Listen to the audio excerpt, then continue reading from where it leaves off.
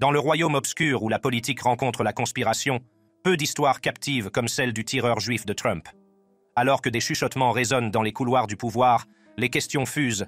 Quels sont les secrets que le gouvernement américain veut désespérément garder cachés? Imaginez, un incident très médiatisé, un réseau de relations et un récit qui ne colle pas. Et si l'histoire que l'on vous a racontée n'était que la partie émergée de l'iceberg? Et si une vérité plus sombre et plus complexe se cachait sous la surface? Des agendas cachés aux dissimulations suspectes, nous épluchons les couches pour exposer les secrets qu'ils espèrent voir rester enfouis, en commençant par « mesures de sécurité inadéquates ».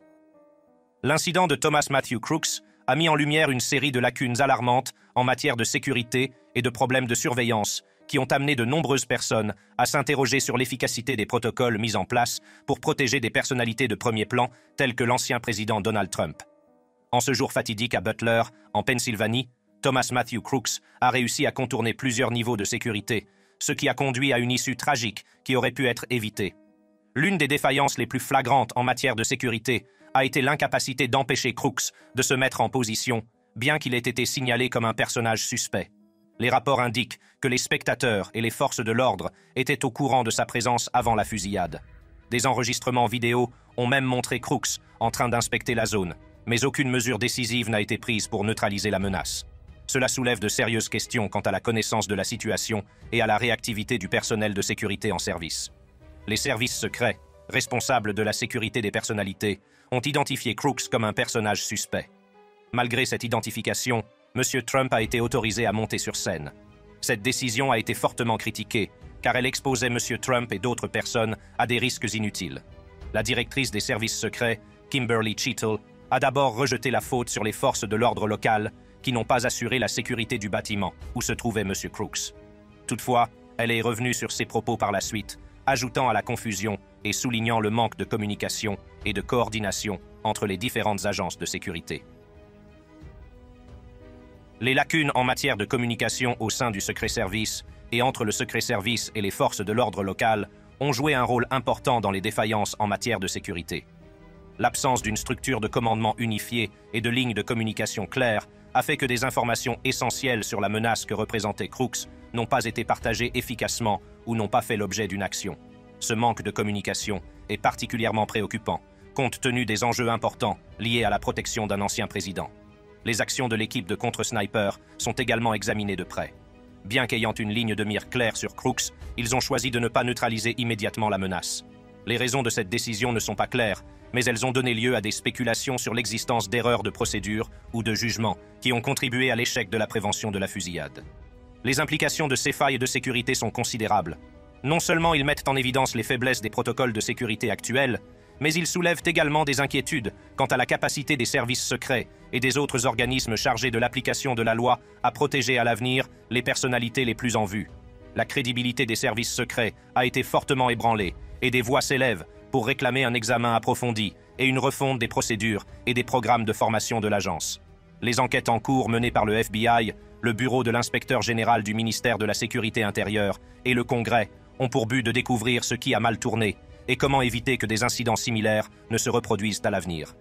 Ces enquêtes porteront sur différents aspects, notamment les plans de sécurité opérationnelle, le nombre d'agents présents, l'implication des ressources étatiques et locales et l'adéquation de la formation et des ressources fournies au Secret Service. Des voix s'élèvent également pour demander la démission de la directrice des services secrets, Kimberly Cheatle, qui a fait l'objet de nombreuses critiques pour sa gestion de l'incident.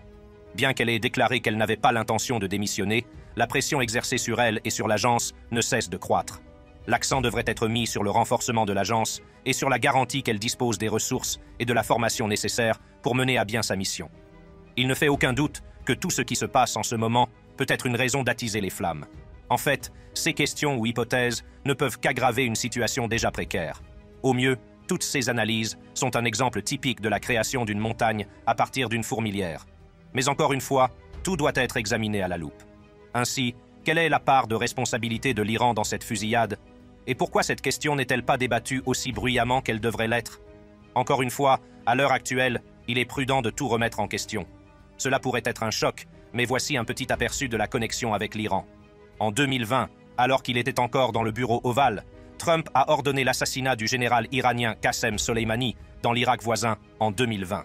Cette décision a suscité la colère du gouvernement iranien, comme n'importe quel autre gouvernement, et était attendue. La question est toutefois de savoir quand ils ont prévu de riposter à Trump, et s'ils voyaient là une occasion d'égaliser les choses. Mais attendez, ce n'est pas tout. Lien avec l'Iran. La fusillade du Butler Farm Show en Pennsylvanie, le 13 juillet 2024, a choqué la nation. L'ancien président Donald Trump s'adressait à une foule de ses partisans lorsque des coups de feu ont éclaté depuis le toit d'un bâtiment voisin. Le tireur, identifié comme Thomas Matthew Crooks, a réussi à blesser Trump, a tué un partisan, Corey Comperatore, et a blessé grièvement 2 autres avant d'être abattu par un tireur d'élite.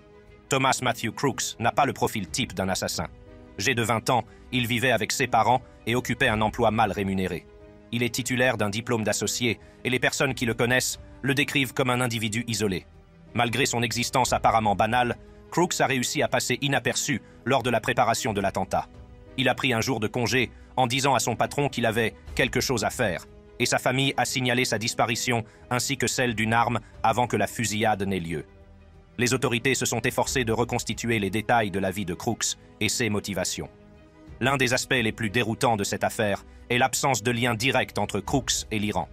L'Iran a nié avec véhémence toute implication dans la fusillade, déclarant qu'il cherchait une voie légale pour traduire Trump en justice pour l'assassinat du général Qassem Soleimani en 1920. La Maison-Blanche a confirmé que la sécurité de Trump avait été renforcée en raison de rapports des services de renseignement faisant état d'un complot iranien visant à le tuer, mais aucune preuve concrète n'a permis de relier Crooks à ce complot. L'enquête a révélé d'importantes lacunes en matière de sécurité de la part des services secrets et des forces de l'ordre local. Les sénateurs républicains ont exprimé leur frustration et demandé le remplacement de la directrice des services secrets, Kimberly Cheatle. Le ministère de la Sécurité intérieure et le Congrès ont ouvert des enquêtes sur les failles de sécurité qui ont permis à M. Crooks d'accéder au toit avec un fusil semi-automatique AR-15. Des policiers locaux avaient été postés à l'intérieur du bâtiment, mais aucun n'était sur le toit, ce qui a permis à M. Crooks de se positionner sans être détecté.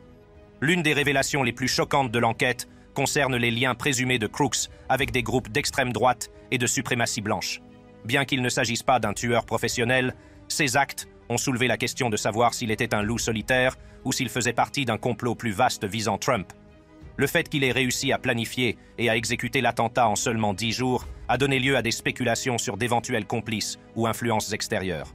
1 heure avant la fusillade, Crooks a été identifié comme suspect, portant un télémètre et un sac à dos. Mais les services secrets l'ont perdu de vue, ce qui a conduit aux événements tragiques qui ont suivi. La fusillade a également relancé le débat sur le contrôle des armes à feu aux États-Unis. Le président Joe Biden a renouvelé son appel en faveur d'un renforcement de la législation sur les armes à feu, et notamment d'une interdiction des armes d'assaut, telles que celles utilisées par Crooks. L'incident a mis en lumière la facilité avec laquelle des individus peuvent se procurer des armes à feu puissantes et les conséquences dévastatrices d'un tel accès. Joe Biden a réagi aux nombreux massacres commis ces dernières années en réitérant son appel en faveur d'un renforcement de la législation sur les armes à feu, mais ces propositions ont échoué à plusieurs reprises en raison de l'opposition des républicains au Congrès. Le décès de Corey Comperatore, un ancien pompier volontaire, a ajouté une dimension personnelle et tragique à l'histoire. Comperatore a été salué comme un héros pour avoir protégé sa famille pendant la fusillade. Sa mort a endeuillé la communauté et mis en évidence le coût humain de la violence politique. Les amis et la famille de Comperatore se sont rassemblés à Freeport, une petite ville située sur la rivière Allegheny, pour lui rendre hommage. Les funérailles ont eu lieu dans l'église du comté de Butler, où il avait toujours vécu, et où l'on s'est souvenu de lui comme d'un père de famille dévoué et d'un héros. Alors que les enquêtes se poursuivent, de nombreuses questions restent sans réponse pour le public. Comment Crooks a-t-il réussi à rester caché pendant qu'il préparait l'attaque? Y a-t-il eu des signes avant-coureurs qui n'ont pas été détectés? Quel rôle, le cas échéant, les groupes d'extrême droite ou de suprématie blanche ont-ils joué dans la fusillade? Et surtout, quelles mesures seront prises pour prévenir de tels incidents à l'avenir? La vérité, c'est que toute cette saga est trop réelle pour être vraie.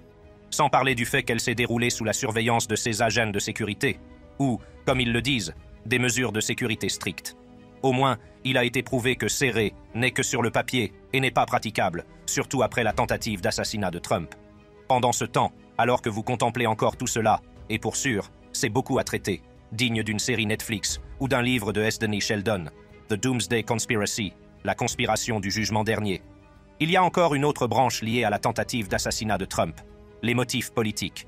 Oui, vous avez bien entendu, Eh bien, cela pourrait être une énorme possibilité. Quelques jours avant la fusillade, Joe Biden fait des remarques qu'il a depuis admises comme étant une erreur, mettre Trump dans le collimateur. Compte tenu de la nature de leurs campagnes acharnées, il est probable que cela ait pu conduire à la fusillade. Mais avant d'en arriver à quoi que ce soit, il convient d'étoffer la situation, si possible à des niveaux plus fins. Motivation politique. Les motivations politiques à l'origine de l'incident du tireur juif de Trump sont complexes et multiformes, reflétant la nature profondément polarisée de la politique américaine. Pour comprendre ces motivations, nous devons d'abord examiner le climat politique au moment de la fusillade. Comme nous le croyons tous, c'est la température du brûleur qui chauffe le minerai de fer. L'ancien président Donald Trump avait été un personnage très controversé, et l'est toujours, sa présidence ayant été marquée par une rhétorique clivante et des politiques qui visaient souvent les minorités et les immigrés. Cet environnement a créé un terrain fertile pour des actions et des réactions extrêmes. Le tireur, un juif de 20 ans, a grandi à une époque où Trump était fréquemment comparé à des figures autoritaires comme Adolf Hitler. Cette comparaison ne se limitait pas aux commentateurs marginaux, mais était un thème récurrent dans le discours politique dominant. Les dirigeants démocrates et les médias ont souvent présenté Trump comme un fasciste, une menace pour la démocratie qu'il fallait arrêter à tout prix. Ce discours a pu influencer de manière significative la perception de Trump par le tireur, l'amenant à considérer l'ancien président comme une menace existentielle. Fidèles à cela, le sénateur américain de l'Ohio J.D. Vance et le candidat républicain au Sénat américain Bernie Moreno se sont empressés d'accuser les démocrates et les médias d'être à l'origine de la fusillade. Ils ont affirmé que la présentation constante de Trump comme un fasciste avait incité à la violence. M. Vance, en particulier, a pointé du doigt la rhétorique de la campagne de M. Biden, affirmant qu'elle avait directement conduit à la tentative d'assassinat. Il a même comparé Trump à Nixon et à Hitler dans des messages privés, soulignant les opinions extrêmes de certaines personnalités politiques. L'identité juive du tireur ajoute une autre couche de complexité au récit. La communauté juive a toujours été la cible de l'extrémisme de droite et la rhétorique de Donald Trump a souvent été critiquée pour avoir attisé les sentiments antisémites. Pourtant, c'est un juif qui a tenté de tuer Trump, un personnage que beaucoup considèrent comme un champion des causes de droite. Ce paradoxe soulève des questions sur les véritables motivations du tireur. A-t-il agi parce qu'il croyait sincèrement que Trump représentait une menace pour sa communauté, ou a-t-il été influencé par un programme plus vaste et plus sinistre? La possibilité d'une opération sous fausse bannière est l'une des théories qui a fait son chemin. Les opérations sous fausse bannière sont des actions secrètes conçues pour tromper le public et lui faire croire qu'elles ont été menées par un autre groupe. Dans le cas présent, l'idée est que la fusillade a été orchestrée pour discréditer Trump et ses partisans. Cette théorie est renforcée par le fait que les motivations du tireur restent floues et que les retombées politiques ont été rapides et graves. Toutefois, en l'absence de preuves concrètes, il ne s'agit que d'une théorie. Le rôle des médias sociaux dans l'élaboration des motivations du tireur ne peut être ignoré. Des plateformes comme Twitter et Facebook ont été critiquées pour avoir permis la diffusion d'opinions extrémistes et de théories du complot. L'activité en ligne du tireur pourrait fournir des informations cruciales sur ses motivations. A-t-il été influencé par des communautés en ligne qui présentaient Trump comme une menace? A-t-il interagi avec d'autres personnes partageant ses opinions? Ces questions restent sans réponse, ajoutant au mystère qui entoure l'incident. La réaction du gouvernement à la fusillade a été relativement discrète. Aucune déclaration officielle n'a été faite sur les motivations du tireur ou sur les implications politiques de l'incident, à l'exception du discours de Joe Biden quelques heures après l'incident. Ce silence a alimenté les spéculations sur le fait qu'il pourrait y avoir quelque chose qu'ils essaient de cacher. Se pourrait-il que le gouvernement soit au courant d'une conspiration plus vaste, mais qu'il choisisse de la garder secrète pour éviter de nouveaux troubles? Les retombées politiques de la fusillade ont été importantes. Les républicains ont utilisé l'incident pour attaquer les démocrates et les médias, les accusant d'inciter à la violence. Ce jeu des reproches n'a fait qu'accentuer le clivage politique, rendant plus difficile la recherche d'un terrain d'entente. Les motivations du tireur, qui ne sont toujours pas claires, sont devenues un enjeu politique, chaque camp utilisant l'incident pour faire avancer son propre agenda. La comparaison de Trump à Hitler n'est pas qu'un artifice rhétorique. Elle a des implications dans le monde réel. En dépeignant Trump comme un fasciste, ses opposants ont créé un récit qui justifie des actions extrêmes. Le tireur, influencé par ce récit, s'est peut-être vu comme un héros, essayant d'empêcher un second holocauste. Cette perception, aussi erronée soit-elle, met en évidence le pouvoir dangereux de la rhétorique politique. Dans l'ensemble, les motifs politiques qui sous-tendent l'incident du tireur juif de Trump sont profondément liés à la nature polarisée de la politique américaine. Le climat politique tendu, le rôle des médias sociaux et la possibilité d'une opération sous fausse bannière sont autant d'éléments qui contribuent à la complexité de cette affaire. Alors que l'enquête se poursuit, il est essentiel de rester vigilant et de remettre en question les récits qui nous sont présentés. Mais que s'est-il réellement passé ce jour-là? Comment ce problème a-t-il pris forme alors qu'il aurait pu être résolu sur le champ? En vérité, il s'agit d'une plaisanterie coûteuse. Une plaisanterie qui aurait pu coûter très cher à l'Amérique. Une plaisanterie qui a prouvé qui était le grand plaisantin, les agents de sécurité mis en place ce jour-là. Sinon, comment décririez-vous tout cela? Si seulement ils avaient pris les choses au sérieux et les avaient traitées comme telles, Corey serait encore en vie. Voici quelques informations supplémentaires sur la fusillade. L'incident de tir. Le 14 juillet 2024, le rassemblement était censé être un événement bien sécurisé avec plusieurs niveaux de protection. Cependant, les actions de Thomas Matthew Crooks, le tireur juif de Trump, ont révélé des vulnérabilités flagrantes dans le dispositif de sécurité. Le Secret Service, responsable du périmètre intérieur, s'est associé aux forces de l'ordre locales pour sécuriser l'événement. Une équipe préparatoire avait repéré les lieux, identifié les zones potentielles d'inquiétude et mis en place des barrières. Ce jour-là, la démonstration de force comprenait des membres d'au moins 6 agences différentes, dont 2 bureaux de shérif, la police locale, la police d'État et plusieurs équipes des services secrets, ainsi que des pompiers et des responsables des secours d'urgence. On peut dire que tout était bien gardé, mais attendez que les choses prennent une tournure abrupte, exposant les failles de ces mesures rigoureuses. Malgré l'importance des effectifs, l'opération s'est heurtée à des problèmes de communication. La manière dont les informations concernant Crooks ont été transmises n'est pas claire. Par exemple, on ne sait pas si sa photo a été largement diffusée ou si tout le monde était conscient de la menace potentielle. Ce manque de coordination a permis à Crooks de se déplacer sur le site du rassemblement sans être appréhendé. Le comportement de Crooks était suspect dès le départ. On l'a vu arpenter les abords du rassemblement, portant un gros sac à dos et regardant dans l'objectif d'un télémètre.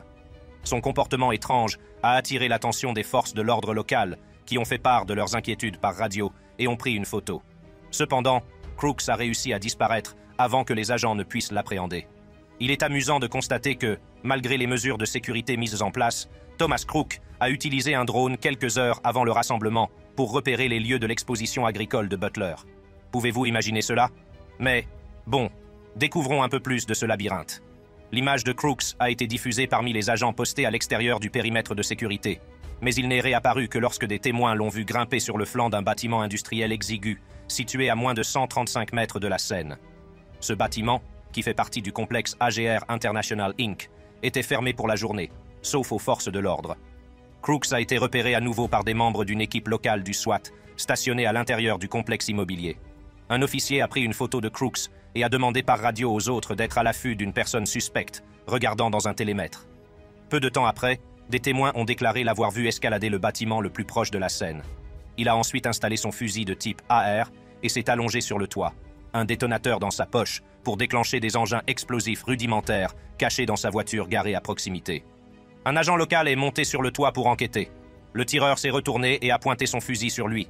L'officier n'a pas, ou n'a pas pu, tirer un seul coup de feu. Mais Crooks l'a fait, tirant dans la foule en direction de l'ancien président. Ce moment d'hésitation a permis à Crooks de déclencher le chaos, poussant les spectateurs paniqués à se mettre à l'abri, tandis que les agents des services secrets protègent Trump et le retirent de la scène.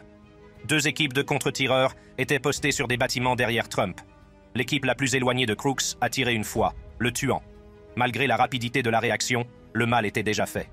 Un manifestant, Corey Comparator, a été tué et 2 autres ont été grièvement blessés. Trump a été blessé à l'oreille, mais n'a pas été gravement atteint. Lors de la séance d'information au Congrès qui a suivi, les responsables du FBI et des services secrets ont présenté une chronologie plus claire. Crooks a été identifié comme une menace potentielle une bonne heure avant les coups de feu. Ils l'ont vu avec le télémètre environ 40 minutes avant la fusillade, puis l'ont repéré à nouveau, en train de regarder dans le télémètre environ 20 minutes avant la fusillade. Malgré ces avertissements, Crooks a pu se mettre en position et ouvrir le feu. Le secrétaire à la sécurité intérieure, Alejandro Mayorkas, a qualifié l'incident d'échec et a annoncé l'ouverture d'une enquête indépendante afin d'analyser comment et pourquoi il s'est produit. Les républicains de la commission de surveillance de la Chambre des représentants ont cité à comparaître la directrice des services secrets, Kim Schittle, et le président de la Chambre des représentants, Mike Johnson, a mis en place un groupe de travail chargé d'enquêter. Certains républicains ont demandé à Mme Schittle de démissionner, mais elle a indiqué qu'elle ne le ferait pas. En réaction à cet incident, la sécurité a été renforcée pour M. Trump le président Joe Biden et le candidat indépendant à l'élection présidentielle, Robert F. Kennedy Jr., a ordonné un examen indépendant de la fusillade et l'inspecteur général du ministère de la Sécurité intérieure a ouvert une enquête sur la manière dont le Secret Service a géré l'événement. L'enquête sur la fusillade est une tâche gigantesque. Des agents spéciaux, des équipes de protection présidentielle, des équipes de contre-assaut et de contre-tireurs étaient présents ce jour-là. Il y avait également une cinquantaine de pompiers et de membres du personnel d'urgence, ainsi que des dizaines d'agents de la police du canton de Butler, des adjoints du comté de Beaver et du comté de Butler, et des agents de la police de l'État de Pennsylvanie. Il faudra des semaines, voire des mois, pour interroger tous les officiers impliqués et déterminer exactement comment Crooks a pu réaliser la plus grave tentative d'assassinat d'un président ou d'un candidat à la présidence depuis l'assassinat de Ronald Reagan en 1981. Mais là encore, pour bien comprendre les événements choquants du 14 juillet 24, il faut se plonger dans le passé du tireur, Thomas Matthew Crooks. Qui était ce jeune homme et qu'est-ce qui a pu le pousser à commettre un acte aussi odieux? Thomas Matthew Crooks était un employé de maison de retraite âgé de 20 ans, sans antécédents judiciaires. Né et élevé à Butler, en Pennsylvanie, Crooks était décrit par ceux qui le connaissaient comme un individu calme et discret. Il travaillait dans une maison de retraite locale, où il était connu pour son dévouement à l'égard des personnes âgées. Les parents de M. Crooks coopèrent avec les forces de l'ordre depuis l'incident. Ils se sont déclarés choqués et incrédules face aux actes de leur fils. Le jour de la fusillade, ils avaient appelé la police quelques heures avant l'incident, s'inquiétant de savoir où se trouvait leur fils. Malgré leur coopération, l'absence de mobile clair a laissé de nombreuses questions sans réponse. Les enquêteurs ont trouvé plusieurs colis au domicile de Crooks, dont certains contenaient des matières potentiellement dangereuses. Au cours des derniers mois, Crooks avait reçu ces colis, ce qui avait éveillé les soupçons quant à ses activités. En outre, un engin explosif rudimentaire a été trouvé à son domicile, ainsi qu'un gilet pare-balles et plusieurs chargeurs dans sa voiture. Le FBI a eu accès au téléphone portable et à l'ordinateur de Crooks et les a examinés à la recherche d'indices. Ils ont découvert qu'une grande partie de ses communications était cryptée, ce qui rendait difficile l'identification de ses intentions. Les enquêteurs ont examiné plus de 14 000 images sur son téléphone portable et ont appris que Crooks avait également fait des recherches en ligne pour étudier la trajectoire des balles. Un détail particulier est apparu. L'intérêt de Crooks pour une chaîne YouTube appelée Demolition Ranch, qui présente des vidéos d'armes à feu et d'engins explosifs. Le jour de la fusillade, Crooks portait un t-shirt de cette chaîne. Le fondateur de Demolition Ranch a publié une déclaration dans laquelle il se dit choqué et condamne la violence. Malgré ces résultats, aucun motif clair n'a été établi. L'historique des recherches en ligne et le comportement de Crooks font l'objet d'une enquête, mais aucune idéologie politique ou religieuse apparente n'a été découverte. L'absence de manifeste ou de communication directe sur ses intentions laisse les enquêteurs perplexes. Sur son lieu de travail, ses collègues ont décrit Crooks comme un travailleur assidu qui ne montrait aucun signe de radicalisation ou de tendance à la violence. Il avait un casier judiciaire vierge et était connu pour son calme. Le contraste saisissant entre son comportement quotidien et l'acte violent qu'il a commis en a choqué plus d'un. La question de savoir si Crooks a agi seul ou s'il a bénéficié de l'aide d'un second tireur est également à l'étude. L'analyse audio de la fusillade a soulevé des questions sur la présence d'un autre individu. 4 équipes de contre-tireurs étaient présentes lors de l'incident, et un membre des forces de l'ordre local pourrait avoir engagé le tireur. Cependant, aucune preuve concrète n'a été trouvée pour étayer l'implication d'un second tireur. La responsabilité juridique des parents de Crooks est également mise en cause. Le fusil de type AR utilisé lors de la fusillade avait été acheté légalement par le père de Crooks des années auparavant. C'était l'une des 20 armes enregistrées à son nom. Les analystes juridiques estiment que les parents ne peuvent être tenus pour responsables, car Crooks était un adulte et qu'il n'existe pas d'obligation légale imposée aux parents de s'occuper d'un jeune homme de 20 ans en bonne santé. Cette situation rappelle le cas de Jennifer et James Crumbley, qui ont été condamnés pour ne pas avoir correctement stocké l'arme utilisée lors d'une fusillade de masse.